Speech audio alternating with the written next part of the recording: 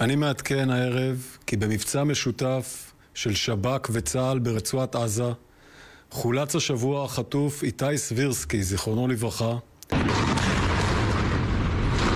نجاح قوات جيش الدفاع وجهاز الأمن العام الشباك بإعادة جثة المختطف إيتاي سفيرسكي كانت اليوم حديث الساعة لدى سكان كيبوتس بيري المتواجدين هذه الأيام في كيبوتس חצרים بجانب مدينة بئر السبع. יש איזושהי הקלה בכך שלגבי איתי חוזר הביתה, תאמן לבטח לצידי הוריו. בכל זאת הוא לא יישאר במנהרות שלהם, באדמה שלהם. الله أكبر!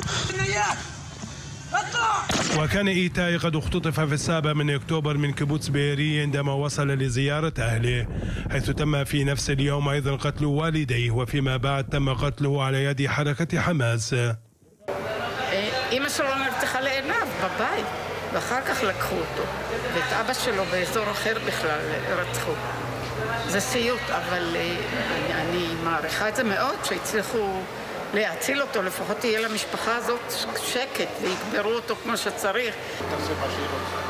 السكان الذين التقيناهم اليوم طالبوا رئيس الحكومة بالتوصل إلى صفقة تبادل تعيد جميع المخطوفين الأحياء والأموات، خاصة وأنه لا يزال 11 مخطوفا من أبناء الكيبوتس محتجزين لدى حركة حماس، والغموض يكتنف مصير الأحياء منهم الذين باتوا كباقي الأحياء من المخطوفين مهددين بالقتل في كل لحظة. אז מה יש פה להיות אופטימי? ברגע שצה"ל יתקרב הם ירצחו את הנחטפים. אנחנו במין מלכוד כזה שמה שלא יהיה הם יהרגו, או מהפצצות של צה"ל או מהלחימה של צה"ל במנהרות נגד החמאס, או שהחמאס יהרוג אותם. السكان الذين فقدوا الأمل بإنقاذ المخطوفين بالقوة يأملون بأن تنجح المحادثات الدائرة هذه الأيام بالتوصل إلى صفقة جديدة يتم خلالها طي ملف المخطوفين نهائيا. והלב נקרא, אנחנו מבלים בבתי עלמין יותר מאשר בילינו כל החיים שלנו. ואתה רואה שאני לא צעיר.